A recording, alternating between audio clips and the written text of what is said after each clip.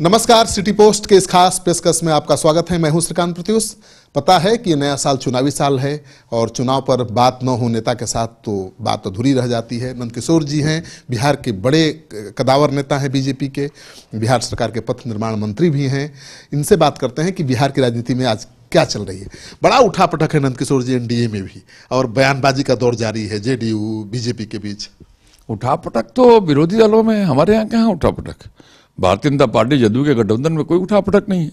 आप कल्पना करिए ना, सोचिए जरा, विचार करिए कि भारतीय जनता पार्टी के राष्ट्रीय अध्यक्ष ने जब इस बात की घोषणा कर दी हो कि भाजपा जदयू अगला चुनाव नीतीश कुमार के नेतृत्व में मिलकर लड़ेगा, कोई विवाद रहता है क्या? उसके बाद जो लोग कुछ बयान देते हैं उनको बहुत महत्व नहीं दिया जाना चाहिए।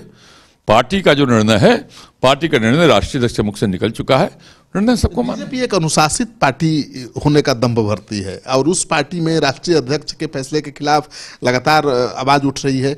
सीएम की कुर्सी चाहिए बीजेपी को, संजय पासवान लगातार कह रहे हैं। जनता की आकांक्षा है। देखिए, किसी के कुछ व्यक्तिगत विचार हो उसको पार्टी का निर्णय नहीं मानना चाहिए।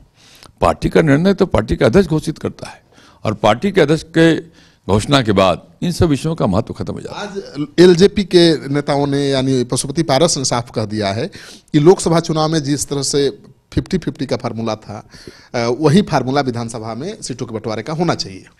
ये सीटों के बंटवारे का निर्णय की बात अभी करना बेमानी है।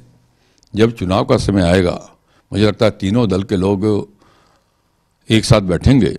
तीनों दल के नेतृत्व जो है वो सक्षम है इस बात के सुलझा लेने में कौन कितनी सीटों पर लड़ेगा। प्रशांत किशोर ने फार्मूला दिया है कि 40 ज्यादा सीटें चाहिए बीजेपी से जेडीयू को। प्रशांत किशोर जी की बात को क्यों महत्व देते हो? क्या है जदयू में भैया? राष्ट्रीय उपाध्यक्ष हैं। कौन कहा आपको? कौन कहा?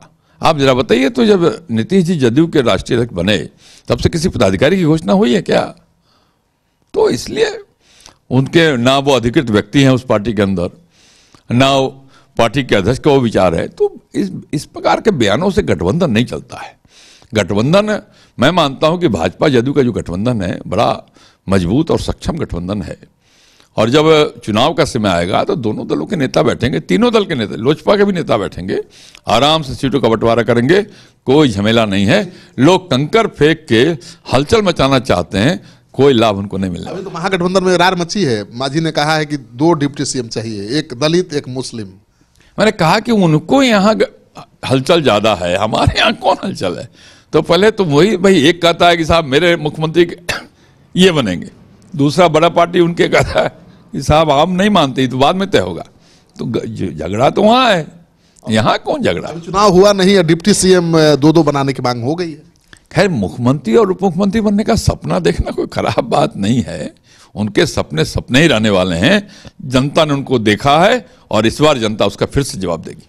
तो आपने देख लिया कितने सधे अंदाज में, बहुत सफाई के साथ ही हर सवाल का जवाब देते हैं।